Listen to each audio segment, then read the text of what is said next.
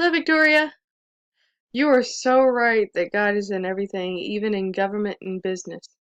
We should want God to have His mighty hand in every aspect of our lives. The Bible does talk a lot about wisdom and how we use it.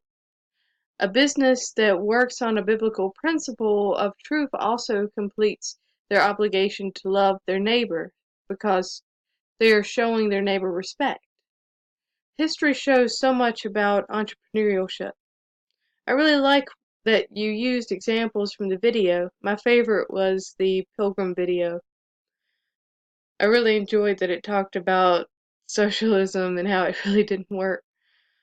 I am a social studies major, and I love seeing when history and government come together, like with economics. Math is in there too, but we won't talk about that yet. I really enjoyed your biblical ethics example. I used to use biblical ethics when I made skirts to sell. I would make sure to buy the best elastic that I could afford so that my customers would get a long-lasting, safe product that wouldn't bend out and pop as soon as you wear it.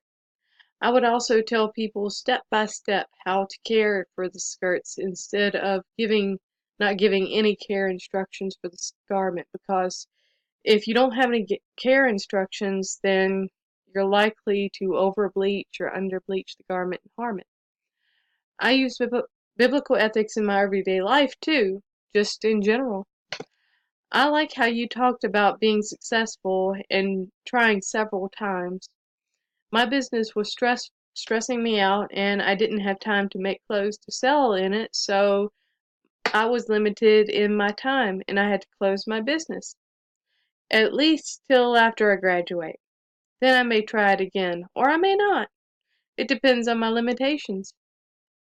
You had a great post, and I really enjoyed it. Thank you, Victoria.